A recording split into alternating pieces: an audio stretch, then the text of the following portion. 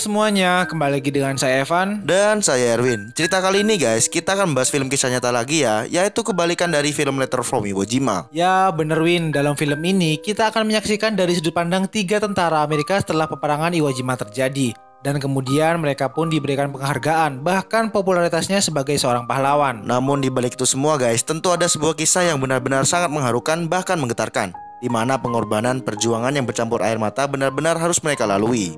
Ya udah guys, daripada kalian penasaran, ini dia alur cerita film Flag Our Father tahun 2006.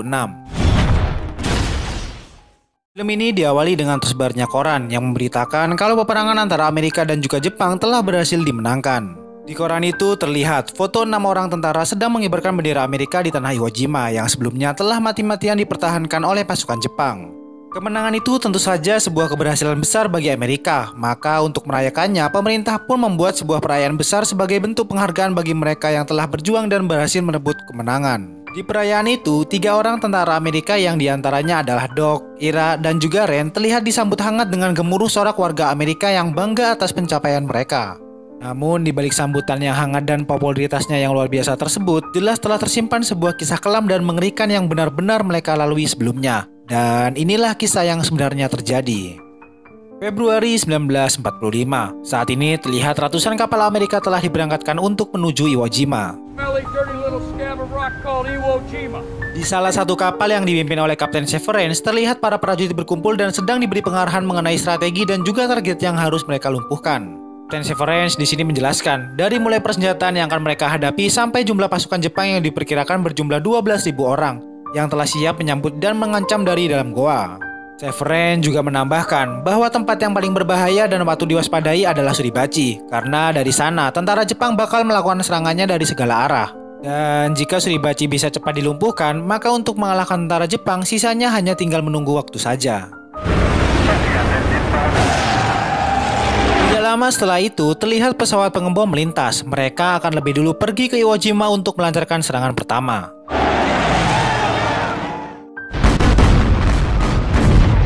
Singkat cerita, sampailah mereka di perairan Iwo Jima. Di hari pertama mereka tiba. Saat pagi hari mereka pun mulai melancarkan serangan pertama dengan menembakkan ratusan meriam ke Bukit Suribachi dengan harapan mereka dapat melemahkan pertahanan para tentara Jepang. Sementara di dalam dek kapal sendiri, saat ini para petinggi terlihat sedang merundingkan berbagai strategi yang akan mereka gunakan. Di sela-sela itu, salah satu petinggi di sana mendapat telepon dari komandan pusat yang menyampaikan kalau penyerangan yang tadinya direncanakan 10 hari harus dirubah menjadi 3 hari. Hal itu tentu saja membuat rencana yang tadinya sudah matang harus kembali dirubah, dan resikonya akan banyak dari tentara Amerika yang belum siap. Malam harinya, para tentara pun terlihat menghabiskan waktu bersama. Michael selaku pemimpin divisi 5 mengingatkan Doc agar ia lebih berhati-hati agar menyembunyikan tas medisnya supaya tidak terlihat oleh sniper Jepang. Dan kalau kita bandingkan yang benar guys, Jepang dengan pasukannya yang kalah jumlah, mereka pun lebih memprioritaskan untuk melumpuhkan tentara-tentara medis Amerika. Di sisi lain, Ira malah lebih mengkhawatirkan tentang kejamnya pasukan Jepang, dan hal itu ia tunjukkan kepada teman-temannya lewat sebuah foto. Di foto itu terlihat bagaimana prajurit Jepang menyiksa bahkan sampai memenggal kepala tahanannya. Malam pun berlalu dan esoknya adalah hari yang dipastikan, di mana tentara Amerika pun turun dari kapal dan mulai merapat ke tepian pantai Iwo Jima.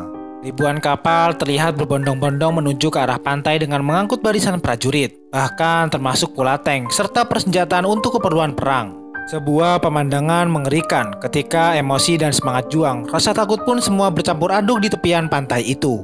Sebagian tentara Amerika Serikat pun mulai melakukan perlindungan di antara parit-parit galian yang awalnya dibangun oleh Jepang. Sementara sebagian tentara lainnya mulai melangkah maju dengan keadaan senjata siap ditembakkan. Sekian lama menelusuri tepian pantai, tampaknya di sana belum ada tanda-tanda pergerakan tentara Jepang. Nuansa tegang dan menakutkan pun mendadak beralih menjadi rasa jengkel. Dan kalau kita kaitkan lagi guys, prajurit Jepang yang tak kunjung terlihat dan menyerang itu bukan lain adalah karena Jenderal Kuribayashi terlebih dulu memerintahkan segenap prajuritnya untuk menunda serangan. Sampai tentara Amerika bisa dipastikan benar-benar berada di pantai. Dan barulah setelah semua ada di sana, mereka pun akan menyambutnya dengan penyerangan membabi buta.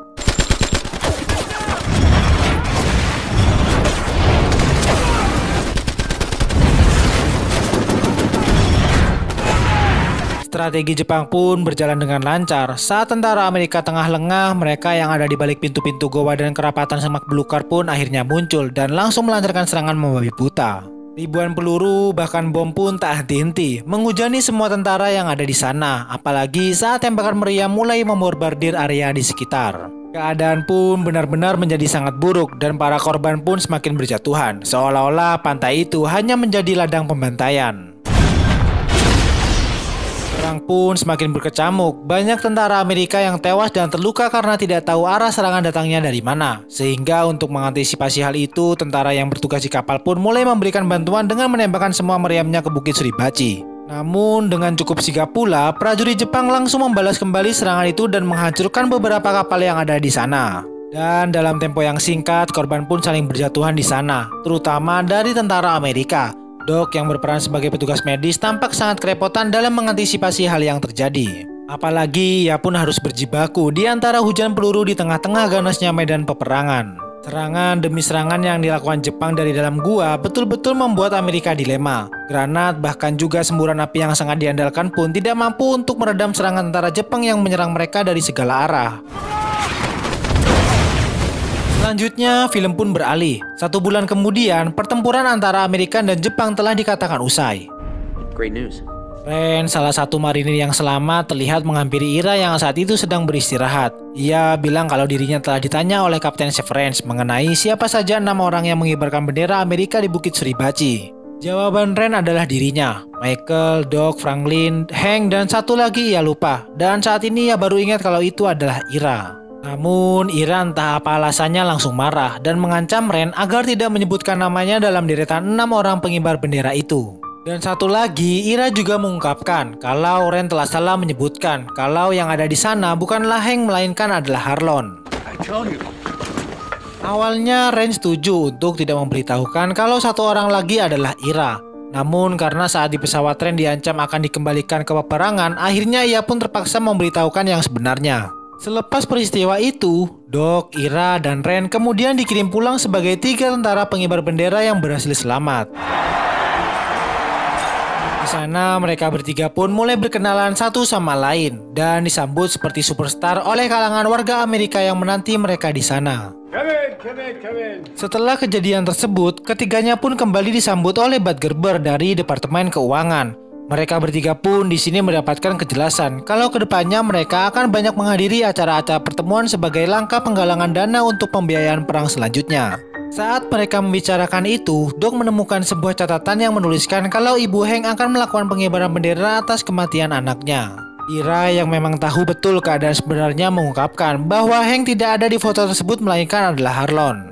Untuk meyakinkan hal itu, Ira pun menjelaskan kejadian sebenarnya tentang pengibaran bendera yang mereka lakukan. Dan bila mengingat ke arah sana, mereka bertiga sangatlah tidak pantas untuk mendapatkan popularitas dan menyandang gelar pahlawan Iwo Jima. Sedangkan Bud Gerber sendiri yang mendengarnya malah terlihat bingung dan mulai marah-marah. Apalagi mengingat semua rencana penggalangan dana telah dipersiapkan sedemikian rupa. Akhirnya ia pun memutuskan yang terpenting saat ini mereka tetap mengakui dan menyetujui apa yang sebelumnya telah direncanakan. Karena jika tidak, negara tidak akan lagi memiliki uang untuk keperluan biaya perang. Dan akhirnya Doc, Ira, dan Ren harus setuju untuk tidak memberitahukan kepada siapapun bahwa Hank tidak ada di dalam foto. Setelah perundingan itu, ketiganya pun kembali dikirim ke berbagai daerah untuk mengumpulkan uang. Di sana mereka disambut dengan meriah, bahkan patung mereka terlihat berdiri kokoh di hadapan ratusan warga Amerika. Setelah mereka hadir di hadapan umum, mereka pun lanjut kembali menghadiri makan malam bersama orang-orang penting yang ada di sana. Di saat makan ini, Doc kembali teringat dengan kengerian dan juga getirnya perang yang dialaminya. Di saat itu, kengerian terasa ketika Doc melihat ratusan tentara Amerika sekarang tak berdaya. Apalagi ketika Peleton 2 menyerang, di mana dirinya beserta Ira cukup kelimpungan karena harus maju tanpa bantuan tank.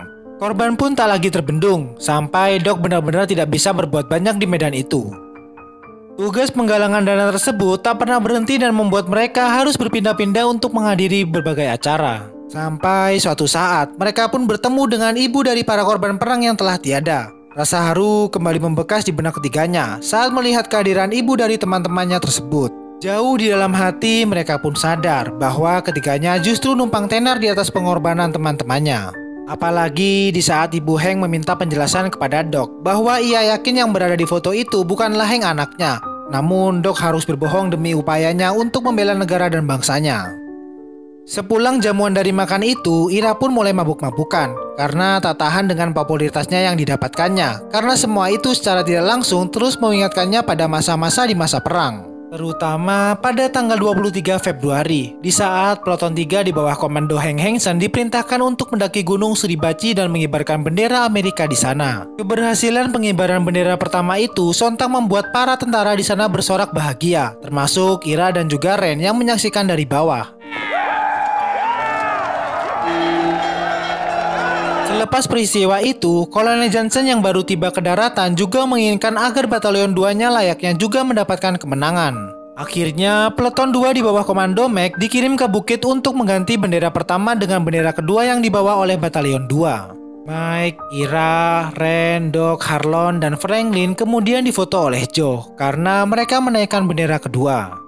Namun tidak lama setelah itu, saat Peleton 2 menyisir daerah perbukitan, mereka sempat diserang oleh pasukan Jepang yang tersisa, dan di sana Mike pun harus mati akibat serangan tersebut. Sementara masih di hari yang sama, Hank dan Harlon juga mati tepat di hadapan Doc saat ada serangan tiba-tiba dari musuh. Hal mengerikan juga berlanjut. Pada tanggal 21 Maret, Franklin dibunuh oleh tembakan dari senapan mesin dan meninggal dalam pelukan Ira. Hingga akhirnya 8 orang dalam Peleton 2 kini hanya menyisakan 3 orang saja. Mereka adalah Doc, Ira, dan juga Ren. Ira yang semakin mabuk-mabukan suatu malam kedapatan muntah di depan Komandan Marinir Amerika. Esoknya dia pun memerintahkan supaya Ira dipulangkan dan melanjutkan penggalangan dana tanpanya. Dan singkat cerita, setelah penggalangan dana selesai, Doc dan juga Ren pun kembali dipulangkan ke rumah mereka masing-masing. Selanjutnya, Ira pun masih tetap menjadi seorang pemabuk dan hidup sederhana di tempat tinggalnya. Namun, biarpun begitu, ia sepertinya tidak pernah bisa melarikan diri dari kenyataan pahitnya perang. Dan suatu hari, ia menyempatkan diri untuk menemui keluarga Harlon Block. Di sana, ia pun mengatakan yang sebenarnya, kalau Harlon memang ada di foto itu. Dengan kebenaran yang telah diungkapkannya, ia berharap keluarga Harlon bisa bangga mendengar anaknya menjadi salah satu pahlawan terpenting di masanya. Tepat pada tahun 54, mereka pun kembali bertemu untuk terakhir kalinya. Dan pada tahun 55, Ira ditemukan meninggal di belakang rumah tempat tinggalnya. Sementara Ren mencoba peruntungan di karir bisnis, namun pada akhirnya ia malah menghabiskan sisa hidupnya sebagai petugas kebersihan.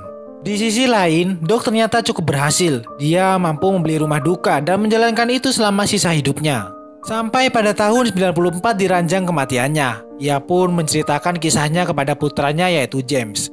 Dan film pun berakhir. Banyak pelajaran yang bisa kita ambil dari film ini guys. Tentunya kita akan menyadari jauh di setiap hati mereka. Perang bukanlah hanya sebatas kemenangan, kekalahan, membunuh atau dibunuh. Di dasar hati mereka, peperangan hanyalah menyisakan duka dan mimpi buruk. Ya bener Win. Semoga kedepannya peperangan dimanapun dan siapapun tak pernah terjadi dan kita semua selalu dalam kehidupan damai bahagia. Ya udah guys, terima kasih buat kalian semua yang udah nonton video ini sampai akhir. Dan sampai jumpa di video selanjutnya. Dadah. Glory, glory, what a hell of a way to die. Glory, glory, what a hell of a way to die. Glory, glory, what a hell of a way to die.